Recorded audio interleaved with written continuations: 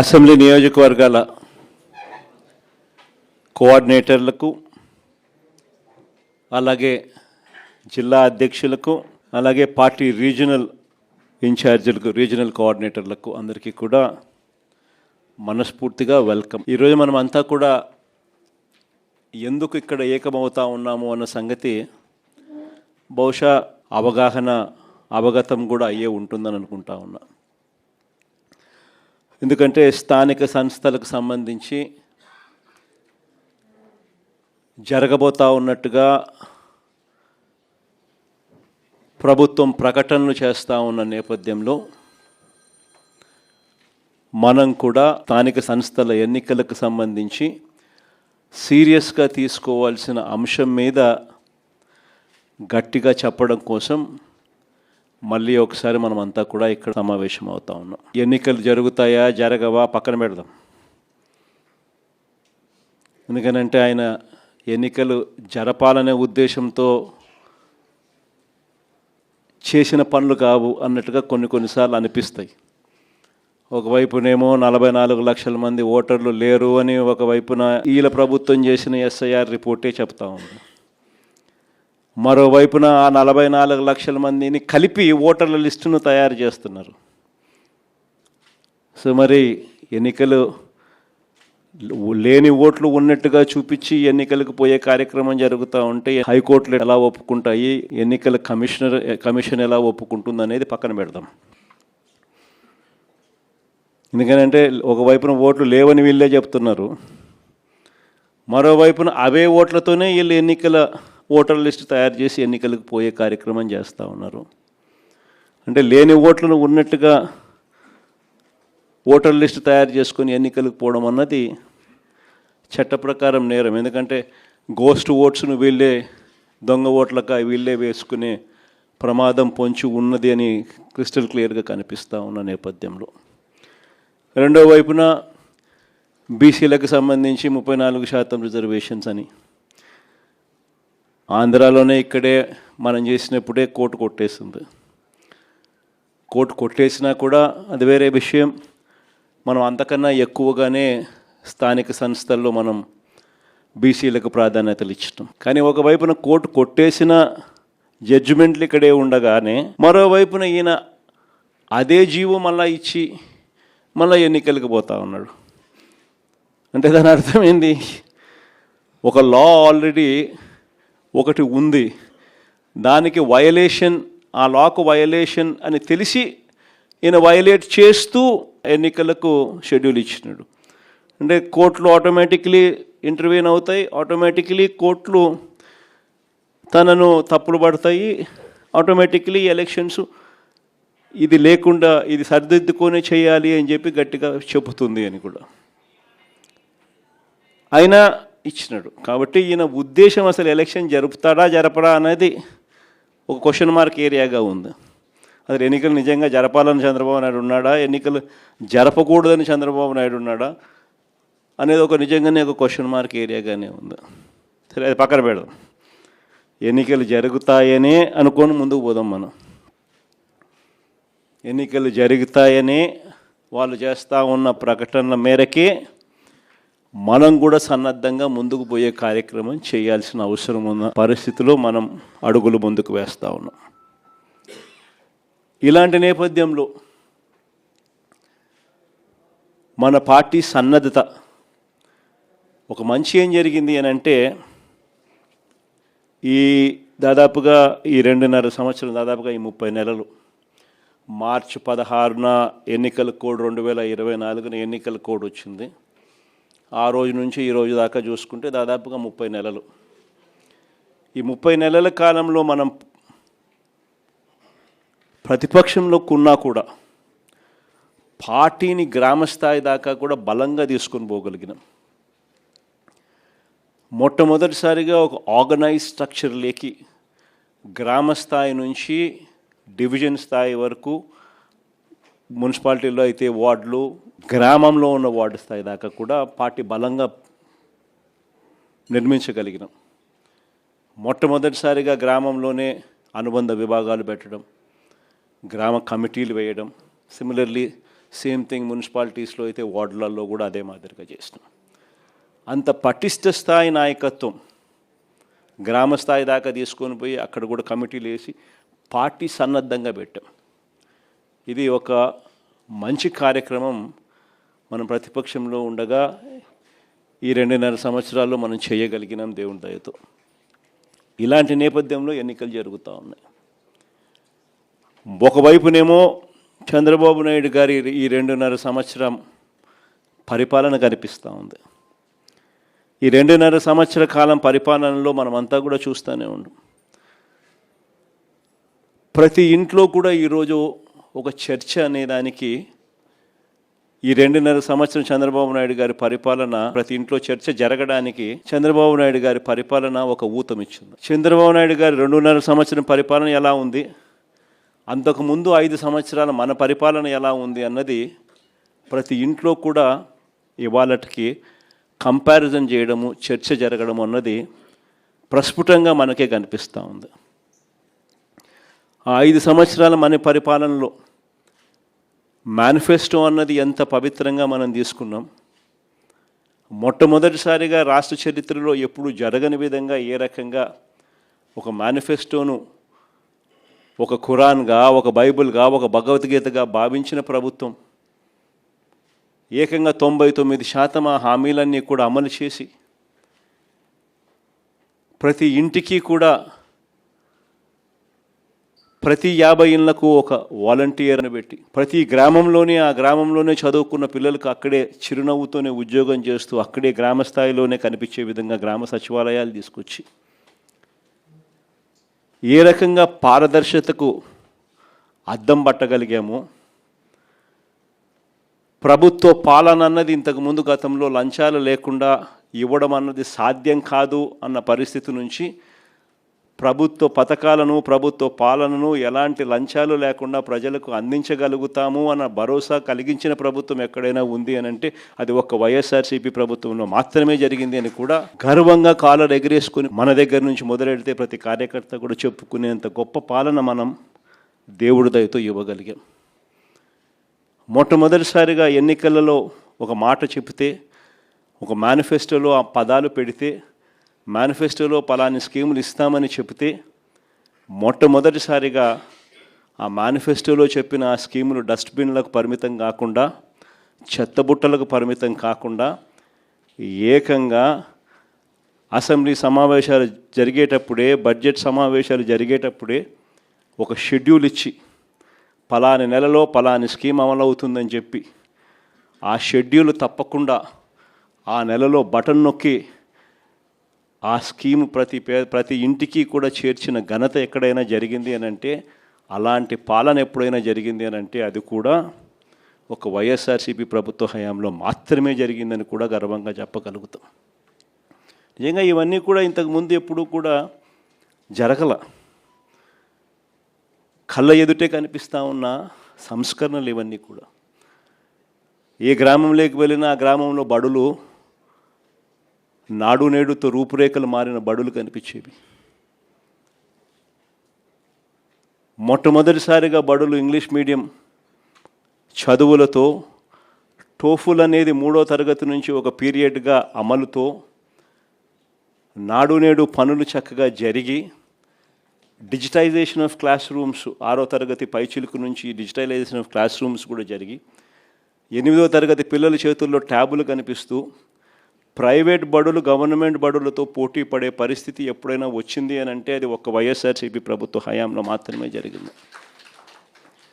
ఇవన్నీ కూడా నిజంగా ఒక రిఫార్మ్స్, రాష్ట్రంలో చూడని రిఫార్మ్స్, ఎప్పుడూ కూడా రాష్ట్రంలో జరగని మార్పులు గ్రామ స్థాయిలోనే కనిపిస్తాయి.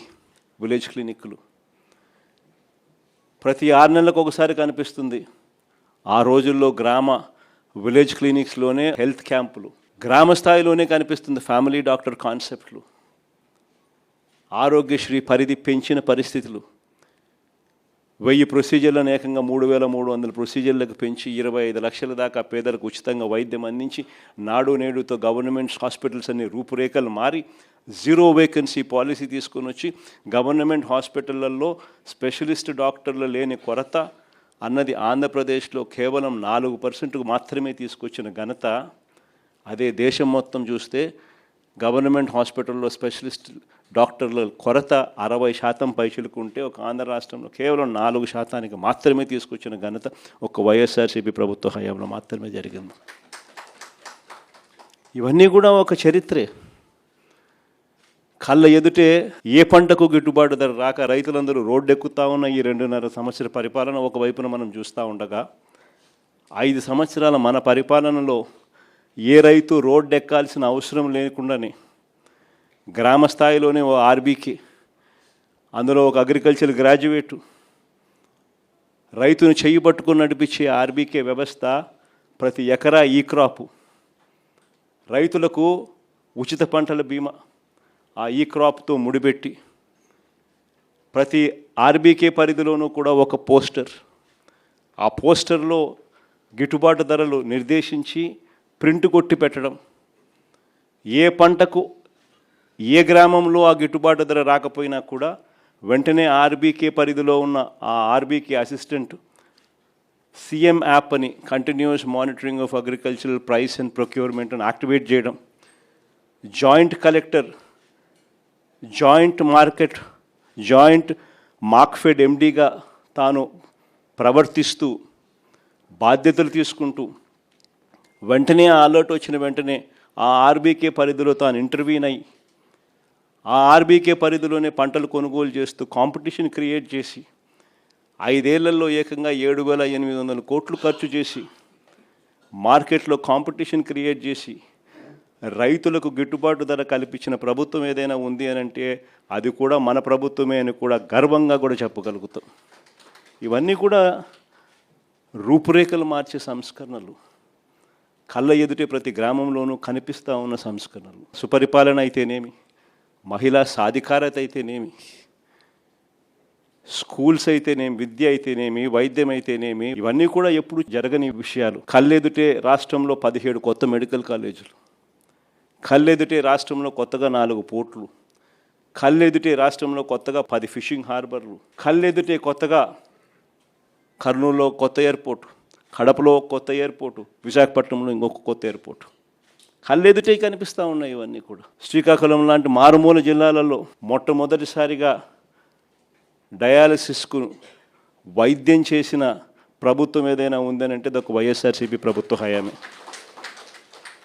సర్ఫేస్ ట్రాన్స్పోర్ట్ వాటర్ ఏకంగా 600 కోట్లు ఖర్చు చేసి సర్ఫేస్ వాటర్ను తీసుకొచ్చి శ్రీకాకుళంలో ఆ ప్రాంతాన్ని సస్యశ్యామలం చేస్తూ తాగడానికి ఆ సర్ఫేస్ వాటర్ ఇచ్చి డయాలసిస్ ప్రాబ్లంకు పర్మనెంట్ సొల్యూషన్ ఇచ్చి డయాలసిస్కు ఒక రీసెర్చ్ ల్యాబొరేటరీ తీసుకొని వచ్చి రీసెర్చ్ ల్యాబొరేటరీ హాస్పిటల్ తీసుకొని వచ్చి ఇవన్నీ ఎప్పుడు జరగల. ఇంతగా ఒక సమస్యల మీద ధ్యాస పెట్టి ఆ సమస్యలకు పరిష్కారం వెతుకుతూ సొల్యూషన్స్ ఇచ్చిన ప్రభుత్వం దేశ చరిత్రలో బహుశా ఏదైనా ఉందో లేదో నాకైతే తెలియదు, కానీ ఆంధ్ర రాష్ట్రంలో మాత్రం ఒక వైఎస్ఆర్సీపీ ప్రభుత్వం మాత్రమే చేసిందని మాత్రం గర్వంగా చెప్పగలుగుతాం.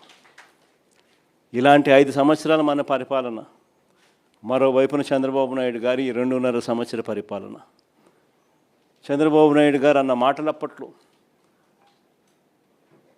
జగన్ చేసేటివన్నీ చేస్తాను, జగన్ చేసేటివి కాక ఇంకా అదనంగా ఇవన్నీ ఇస్తాను అని చెప్పిన మనిషి. మనం చెప్పిన ప్రతి పథకము కూడా మనం చేసేటివన్నీ కూడా ఆయన 3 ఎక్కువ చేస్తానన్నాడు.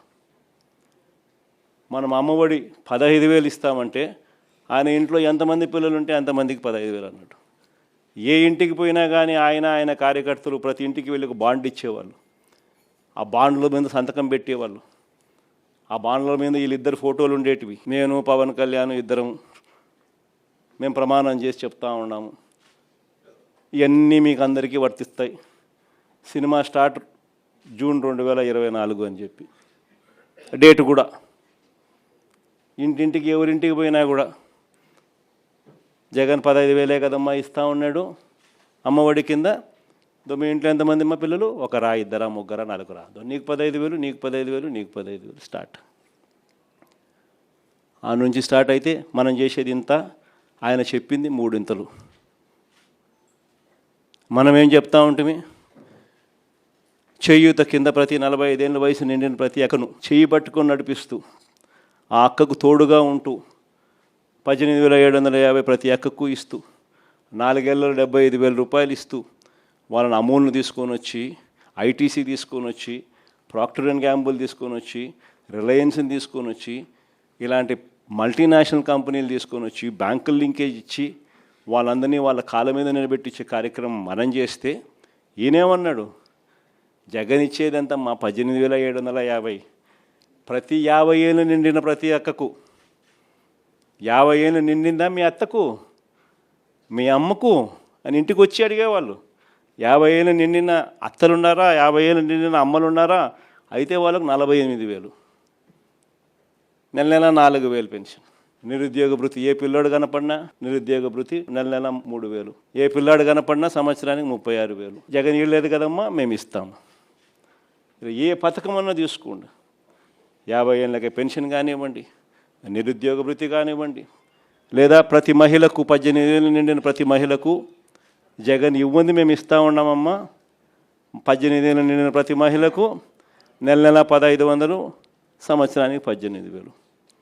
ఇలా ఎన్ని బాండ్ల రూపకంలో పెట్టి ఆడబిడ్డ నిధి అని అంటూ, నిరుద్యోగ భృతి అంటూ, 50 ఏళ్ళకే పెన్షన్ అంటూ రకరకాల పద్ధతుల్లో రకరకాల విధంగా మనం ఇచ్చే వాటికన్నా 3 ఇంతలు ఎక్కువ ప్రామిస్ చేయడం, ప్రతి ఇంటికి బాండ్లు వేయడం, ప్రతి ఇంటికి వెళ్ళి ఆ బాండ్లు సంతకాలు పెట్టిన బాండ్లు అందరికీ ప్రతి ఇంటికి ఇచ్చి మభ్యపెట్టడం, మోసం చేయడం,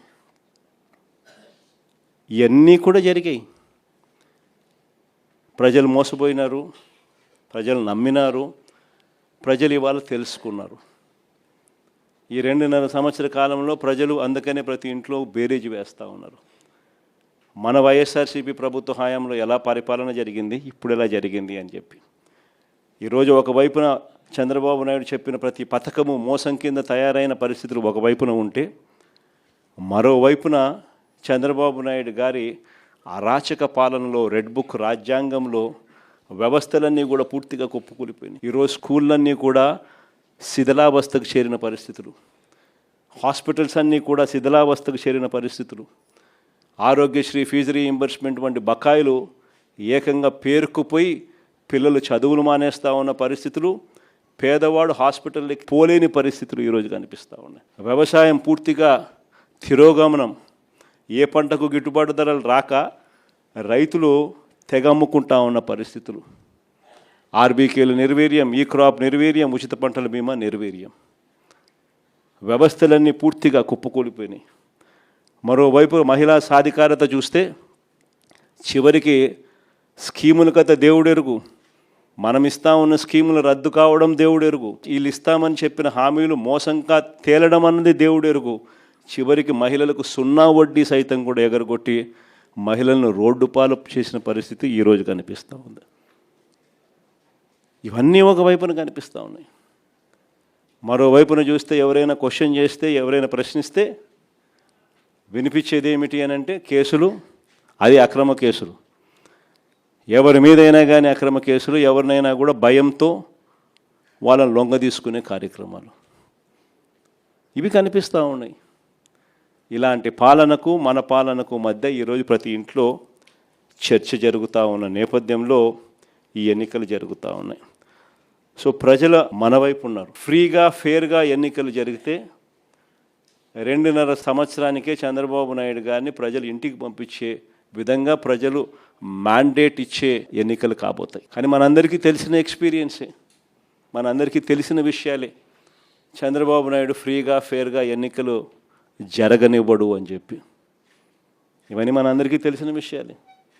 మొన్ననే మనం చూసినాం, ఉప ఎన్నికలు జరిగినప్పుడు ఎంపీటీసీ, ఎంపీపీలు ఎన్నికలు కానీ, మున్సిపాలిటీలు కానీ, జెడ్పీ చైర్మన్లు కానీ మన కళ్ళ ఎదుటే మనం అంతా చూసాం. మేయర్లు కానీ బలవంతంగా ఏ మాదిరిగా అధికార దుర్వినియోగం చేసి చంద్రబాబు నాయుడు గారు ఏ రకంగా దౌర్జన్యం చేసి, ప్రలోభాలు పెట్టి దౌర్జన్యం చేసి ఏ రకంగా ఎన్నికలు రిగ్ చేసే కార్యక్రమం చేస్తాడో మనం అంతా కూడా చూసాం.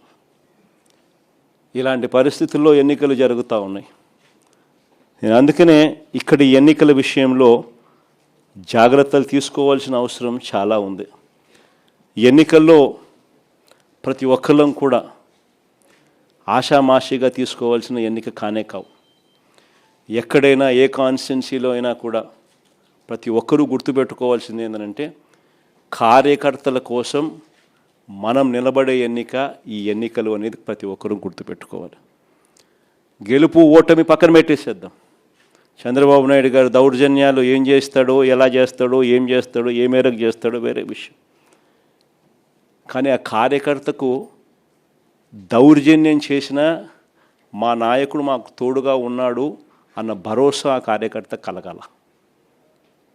నన్ను ఓడించడం కోసం, ఒక చిన్న కార్యకర్తలైన నన్ను ఓడించడం కోసం చంద్రబాబు నాయుడు గారు ఇంత అధికార దుర్వినియోగం చేసినా కూడా మా నాయకుడు నాతోనే ఉన్నాడు అన్న భరోసా మీలో ప్రతి ఒక్కరూ కూడా ప్రతి కార్యకర్తకు కలిగించాల్సిన ఎన్నిక ఈ ఎన్నిక అనేది గుర్తుపెట్టుకోండి.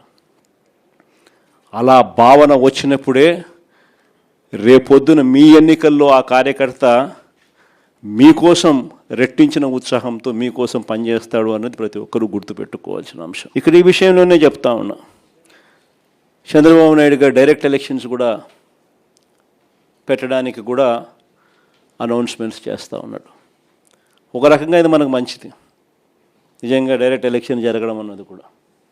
ఎందుకంటే కనీసం ఒక బలమైన అభ్యర్థి ఆ డైరెక్ట్ ఎలక్షన్స్లో పోటీలో గట్టిగా నిలబడితే ఆ మున్సిపాలిటీకి చైర్మన్గానో, లేకపోతే ఆ మండలానికి ఎంపీపీగానో, లేకపోతే జెడ్పీ చైర్మన్గా అయినా కానీ, లేకపోతే మేయర్గా అయినా కానీ, ఇంకొకటైనా ఎక్కడైనా కూడా ఒక బలమైన అభ్యర్థి అక్కడ పోటీలో నిలబడితే కనీసం మిగిలిన స్థానాలకు ఆ బలమైన వ్యక్తి సూపర్విజన్ ఉంటుంది, మానిటరింగ్ ఉంటుంది అన్నది మనకు కలిసి వచ్చిన అంశం.